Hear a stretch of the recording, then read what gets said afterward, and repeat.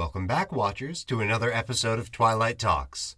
I'm your host, Moon, and today we're going to be talking about theater history. What event from theater history before 1800 altered the course of the art form? I believe that event to be the destruction of the Library of Alexandria. Countless manuscripts for plays could have been burned in the fire with very few, if any, surviving copies. Before the printing press was created, making copies of books was a painstaking labor, since things had to be done by hand. It was only in the 1300s, when scriptoriums were founded and scribes were working all hours of the day, mass producing of books been available, and only then were they easier to access for the higher-ups in society. This loss of scripts, teaching, and more could have set humanity back by a good century or two for European and Middle Eastern development. The library is believed to be created around 300 to 290 BCE. The library would send out scholars to other cities as well to collect books and other texts to store in the library. By doing this, the library became a beacon of knowledge and a place of teaching afforded to the more prestigious members of society. It is believed that some of the original books of big Greek authors, such as Homer and Hesiod, were burned in the destruction, as scholars at the library were known for editing their previous works. The library could have also possibly held texts from China's Han Dynasty, as the Silk Road was first created around 130 BCE, and they had opened up trade between the regions of China and the Middle East. Those are just some of the little facts I know from my AP World History class with Mr. Clark in high school. And the destruction of the library is believed to have occurred as early as 48 BCE. It's most widely believed that the Library of Alexandria was destroyed in a fire that was started when Caesar burned the Egyptian fleet during the Alexandrian War in 48 BC. Despite the best efforts of classical scholars, most details about the Library of Alexandria remain a mystery. What is known is that the library was an unparalleled center of learning in the ancient world, which enjoyed the patronage of the ruling monarchy for centuries. The Library of Alexandria has entered our modern psyche as a symbol of a great loss of knowledge and culture. What person from theater history before 1800 should be taught in every theater history course? I believe that man to be Euripides, as he was the father of modern melodrama.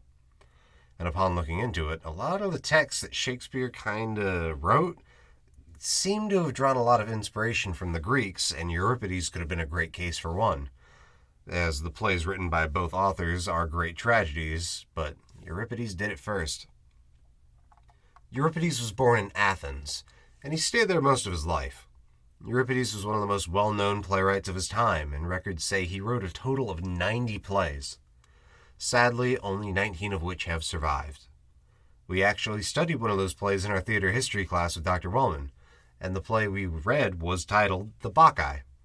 A lot of Euripides' plays involve angry gods and unrepentant mortals, and The Bacchae was one, involving Dionysus and another man, which I cannot remember the name of right now. Another play that involves that would be Hippolytus, but let me stop myself before I skip ahead to the next part. Most of the actual facts of Euripides' life is unknown, but we for sure know that he was born in Athens around 485. He probably got married, drank, and had a good time. Euripides is one of the big three playwrights to come out of Greece around this time, the other two being... I did not practice how to say this name. Aeschylus,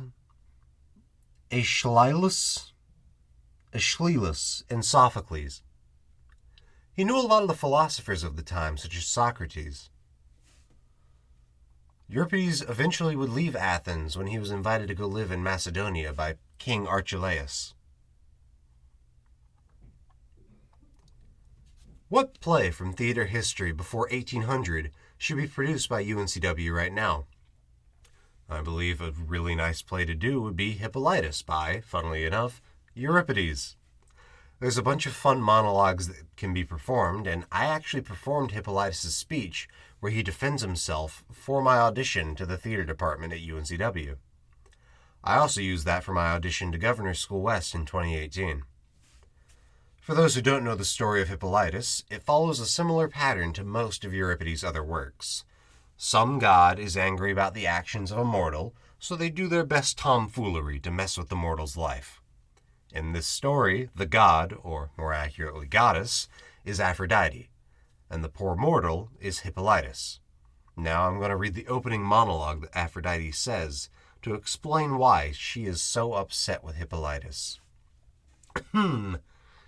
Great among men, and not unnamed am I, the Cyprian in God's inmost halls on high, and wheresoe'er from Pontus to the far red west men dwell, and see the glad day-star, and worship me, the pious heart I bless, and wreck that life that lives in stubbornness, for that there is even in a great God's mind, that hungereth for the praise of humankind. So runs my word, and soon the very deed shall follow. For this prince of Theseus's seed, Hippolytus, child of that dead Amazon, and reared by saintly Pythias in his own straight ways, hath dared alone of all Trozen to hold me least of spirits and most mean, and spurns my spell and seeks no woman's kiss, but great Apollo's sister Artemis. He holds of all most high, gives love and praise, and through the wild dark woods for e'er strays. He and the maid together with swift hounds to slay all angry beasts from out these bounds, to more than mortal friendship consecrate. I grudge it not, no grudge know I, nor hate, yet seeing he hath offended, I this day shall smite Hippolytus. Long since my way was open, nor needs now much labor more. For once from Pythias' castle to the shore of Athens came Hippolytus overseas, seeking the vision of the mysteries.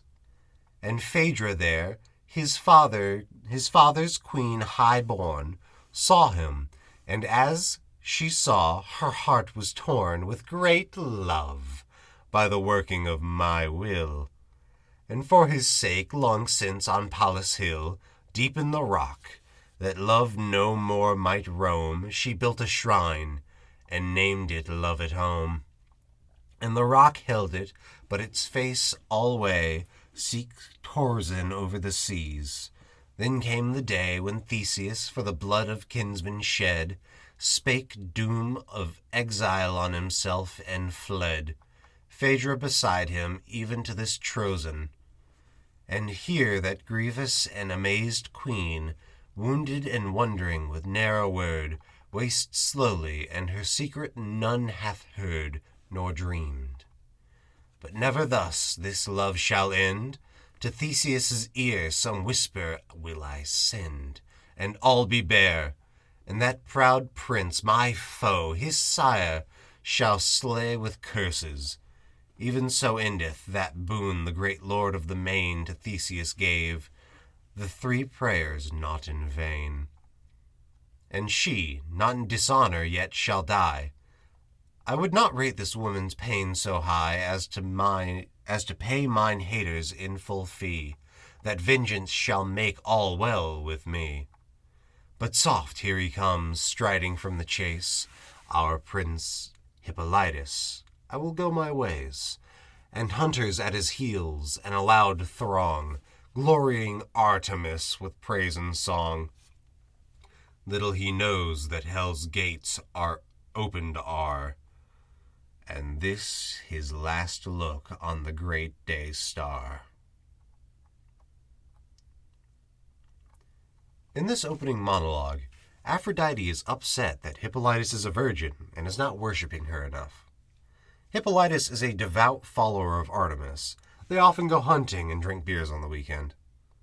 So, what Aphrodite does is she concocts a big plan to cause Phaedra, Theseus's wife and Hippolytus's stepmother, to grow madly in love with Hippolytus, which sets the tragic course of events into motion. Phaedra's nurse finds out and is disgusted that Phaedra loves Hippolytus. So, she goes off to concoct a potion that would remove Aphrodite's love that was planted in Phaedra. She eventually would run into Hippolytus on the way to do so, and she kind of spilled the beans. So she tells the man, and he would cruelly shut that idea down, and little did he know that Phaedra was on the other side of that door, so she decides to have a plot to kill herself. But, deciding upon saving her reputation over her family, she would decide to make it look like Hippolytus had killed and raped her. Upon finding out, Hippolytus' father, Theseus, would grow so mad that he would call upon one of the three curses granted to him by Poseidon and would place a curse of death upon Hippolytus. Theseus then confronts him, and Hippolytus tries to argue the point that he would never do that kind of thing to anyone, let alone his own stepmother. And this is his monologue. Father, the hot-strained fury of thy heart is terrible. Yet, albeit so swift thou art of speech, if all this matters were laid bare, speech were not then so swift, nay, nor so fair. I have no skill before a crowd to tell my thoughts. 'Twere best with few that know me well. Nay, that is natural. Tongues that sound but rude in wise men's ears speak to the multitude with music. None the less, since there is come this stroke upon me, I must not be dumb, but speak perforce, and therefore will I begin. Where thou beganst as though to strip my sin naked, I will not speak a word. Dost see this sunlight in this earth? I swear to thee, there dwelleth not in these one man, deny all that thou wilt, more pure of sin than I. Two things I know on earth, God's worship first, next to win friends about me, few, that thirst to hold them clean of all unrighteousness. Our rule doth curse the tempters, and no less, who yieldeth to the tempters. How thou sayest, dupes that I jest at? Nay, I make a jest of no man. I am honest to the end, near or far off, with him I call my friend. And most in that one thing, where now thy mesh would grip me stainless quite. No woman's flesh hath e'er this body touched. Of all such deed not what I, save what things a man may read in pictures or hear spoke, nor am I fain, being virgin-souled, to read or hear again. My life of innocence moves thee not, so be it. So then what hath seduced me? Let me see it. Was that poor flesh so passing fair beyond all woman's loveliness? Was I some fond, false plotter, that I schemed to win through her thy castle's heirdom? Fond indeed I were, nay, a stark madman, but a crown, thou sayest, usurped sweet. Nay, rather thou unblessed to all wise-hearted. Sweet to fools, and them whose eyes are blinded by the diadem. In contests of all valor fain would I lead Hellas, but in rank and majesty not lead, but it be at ease, with good men near to love me, free to work and not to fear, that bring me more joy than any crown or throne. I have said my say, save one thing, one alone. Oh, had I here some witness in my need, as I was witness, could she hear me plead? Face me and face the sunlight, well I know. Our deeds would search us out for thee and show who lies. But now I swear, so hear me both, the earth beneath and Zeus who guards the oath, I never touched this woman that was thine. No words could win me to it, nor incline my heart to dream it. May God strike me down, nameless and fameless, without home or town, an outcast and a wanderer of the world. May my dead bones rest never, but be hurled from sea to land, from land to angry sea, if evil is my heart and false to thee. If 'twas some fear that made her cast away her life, I know not. More I must not say. Right hath she done when in her was no right, and right I follow to mine own despite. Even after this great monologue, Theseus does not believe Hippolytus and exiles him. During his exile, Hippolytus has a chariot accident and almost dies. Artemis would come down and grab Hippolytus to drag him back to Theseus's house, and the two men reconcile as Artemis tells Theseus that Hippolytus did not, in fact, rape and kill his stepmother, and both men are sorry for this unfortunate situation and misunderstanding. Through this, Artemis would vow to only ever hunt with women, and would set up a cult to honor the memory of Hippolytus from then on. Thus ends the story of Hippolytus. And that will do it for our podcast today, watchers. I hope you enjoy learning as much about theater history as I did, and it's been a pleasure having you on, and we'll see you back soon.